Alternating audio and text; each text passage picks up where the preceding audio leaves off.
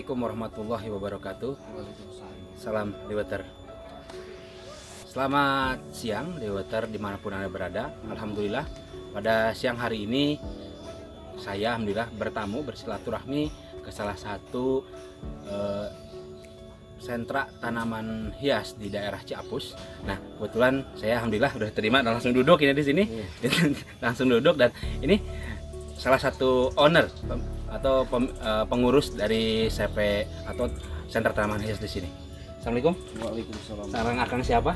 Sarang Kang Agus. Kang Agus ya. Nah, Kang Agus punten ngeganggu waktu sekedap. Tadi Kang Agus kan lagi sibuk nih, kita ganggu datang kemari gitu kan. Saya sedikit bertanya mewakili soliter di rumah, terutama mereka yang penghobi pemula, terutama Kang Agus ya. Kadang-kadang banyak produk knowledge ataupun hal-hal berpengetahuan tentang tanaman gitu kan. Nanti akan kita coba beberapa menit ke depan, nanti akan coba kita kupas bersama karena Agus selama hal ini kan udah tahu persis gitu kan soal membudidaya dan lain sebagainya. Nah, Kang Agus ini berprofesi lah katakan menjadi petani tanaman hias sudah berapa lama? Dari kapan, Kang? Semenjak kalau terhitung sih dari lulus sekolah SMA pun udah terjun di gitu. Tahun berapa tuh? pertanian sekitar 2003 23 sekarang 2020 udah 17 tahun lah ya menggeluti tanaman hias ya. Berarti ya cukup asam garam tahu ya, penyakit dan sebagainya insya Allah tahu ya. Nah alhamdulillah. Nah jadi begitu soliter alhamdulillah Agus ini umur 17 tahun nih. Makanya info-info dari dia sangat kita tunggu nih terkait tanaman hias. Nah dari sepanjang 17 tahun itu pastilah banyak hal yang dialami gitu, sang surut lah ya. Pasti beli satu tanaman mahal, katakanlah buat gundu mau kita budidayakan diperbanyak akhirnya mati. Nah itu pastilah ngalami itu ya, pasti ya. Pasti itu ya, pasti ngalamin seperti itu. Nah gini Agus, untuk ramainya nih jenis tanaman apaan? Kan jenis tanaman itu kan emang musim-musiman ya? Iya, betul. Nah, sekarang ini di 2020 terutama nih di bulan Oktober ini ya. Oktober ini ya. Itu lebih di mana nih? Buyer itu lebih banyak order apa nih? Baik, mungkin sekitar 2019 sampai 2020 ini kita dapat pesanan dari belahan Eropa sama belahan Amerika.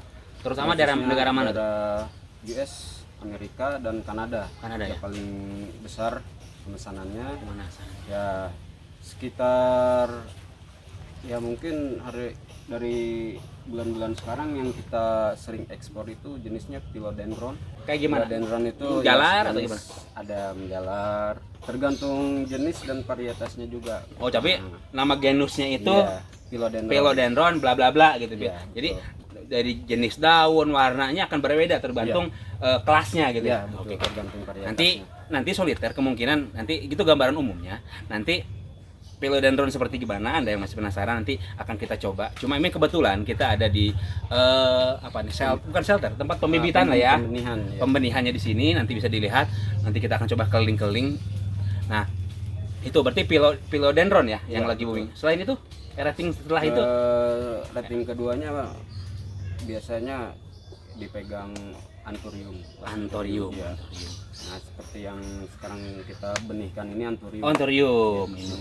Nah, itu gambaran soliter. Jadi klasmen sementara dipegang di 2020 Oktober ini diduduki oleh philodendron. Yang kedua ini anthurium.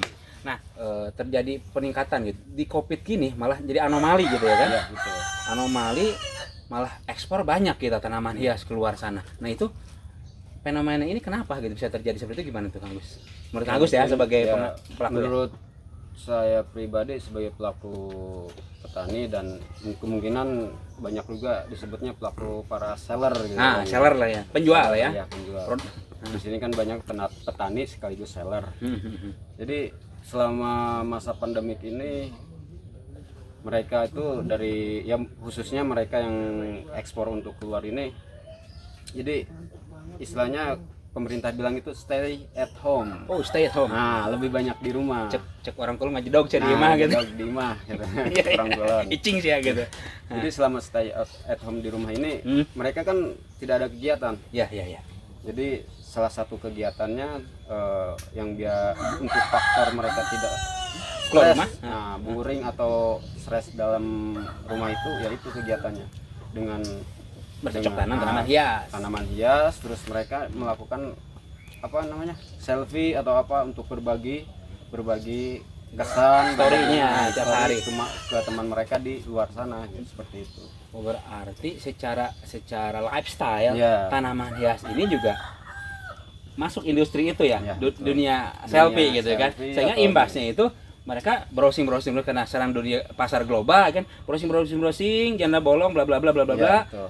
Indonesia, Bogor, Ciapus. Nah, ya. Karena banyak orang masuk Ciapus, akhirnya secara langsung orang diarah ke Giring kemari, makanya banyak pemesanan mungkin seperti Ya, itu ya. betul. Dan kita tahu kan, kalau kita ngomong kurs ya kan, Ya. mata uang kita dengan sono kan memang lain. Memang Makanya lain, bagi betul. kita ketika datang segitu gede kan, Ya. gitu. Seperti itu, paham lah.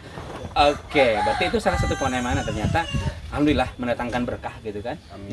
Di masa pandemi, di masa serba sulit lah bisa dikatakan ya, mencari uang, tapi malah kebalikan, alhamdulillah pada berkah gitu. Warga Ciapus, daerah Bogor sekitarnya ini malah jadi punya Ya. pundi-pundi emas ya. Pundi-pundi emas. Tanpa harus keluar rumah, kita cukup dengan bercocok tanam, bayar datang sendiri seperti Bayar itu ya. datang sendiri, seperti itu. Nah, terus selain itu ya kan, Ya.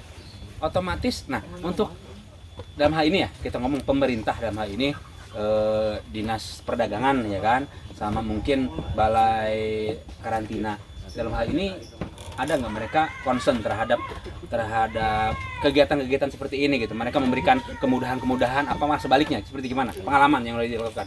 Ya, baik. Mungkin sekarang dukungan pemerintah yang saat ini kami ini benar-benar kami rasakan juga. Gimana?